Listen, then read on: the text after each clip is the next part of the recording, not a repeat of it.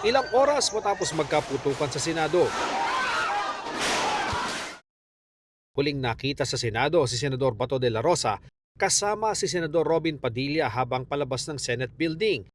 Pagkatapos, sumakay ang dalawang senador sa sasakyan ni Padilla at lumabas sa parking ng Senado 2:32 ng madaling araw. Sir, saan kayo pumunta after? Pero may nabanggit na clue sa isang pahayag ng opisina ni Padilla. Bumaba umano si De La Rosa sa Makati kung saan siya sinundo ng kanyang sasakyan.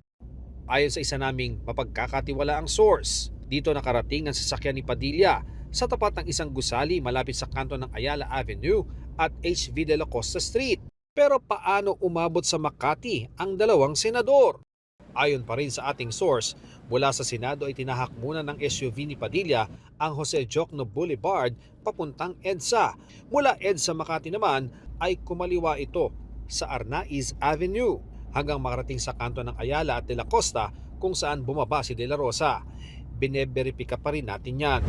Patuloy ang backtracking ng pulisya kung saan na napunta si De La Rosa para maaresto sa bisa ng warrant ng International Criminal Court o ICC bilang co-perpetrator sa kasong Crimes Against Humanity. Inilabas din ng opisina ang ilang pahayag ni Padilla, kabilang ang pagtangging hindi niya itinakas si De La Rosa dahil wala naman umanong warrant. Hindi anya siya nakatanggi nang sabihin ni De La Rosa ang sasabay siya, lalo't walang sasakyan si De La Rosa dahil inihatid lang sa Senado ng sasakyan ni Senate President Alan Peter Cayetano.